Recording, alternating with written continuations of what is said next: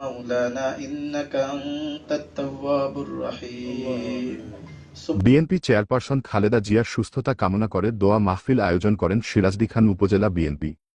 সোমবার বাদ মাগরিব উপজেলার শেখরনগর ইউনিয়নের গোপালপুর গ্রামে বিএনপি অঙ্গ ও সহযোগী সংগঠনের আয়োজনে দোয়া মাহফিলের সভাপতিত্ব করেন সিরাজদিখান থানা বিএনপির সভাপতি ও মুন্সিগঞ্জ ১ আসনের বিএনপি মনোনীত প্রার্থী আলহাজ শেখ মোহাম্মদ আবদুল্লাহ।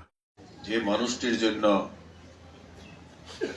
আমরা স্বাধীনভাবে চলাফেরা করতে পারতেছি, সেই বাংলাদেশের আমাদের এই ১৭-১৮ কোটির প্রাণের স্পন্দন আমাদের মাতা দেশনেত্রী বেগম খালেদা জিয়ার রোগ মুক্তির জন্য আজকে এই দোয়া মাহফিলে অংশ নেন জেলা বিএনপি আহ্বায়ক সদস্য মোয়াজ্জেম হোসেন বাবুল, সিরাজদিখান উপজেলা বিএনপি যুগ্ম সাধারণ সম্পাদক শাহজাহান মোল্লা, জেলা স্বেচ্ছাসেবক দলের সাধারণ সম্পাদক সিদ্দিক মোল্লা, কেআইন ইউনিয়ন বিএনপি সভাপতি নাসিম খান, দপ্তর সম্পাদক ওহিদুল ইসলাম ওয়াহিদ, বিএনপি নেতা আব্দুস সালাম, উপজেলা স্বেচ্ছাসেবক দলের আহ্বায়ক মোহাম্মদ আজিজুল ইসলাম, বিএনপি অঙ্গ সংগঠনের নেতা কর্মী ও জামিয়া শেখ মোহাম্মদ আবদুল্লাহ মাদ্রাসার ছাত্র ও শিক্ষকগণ।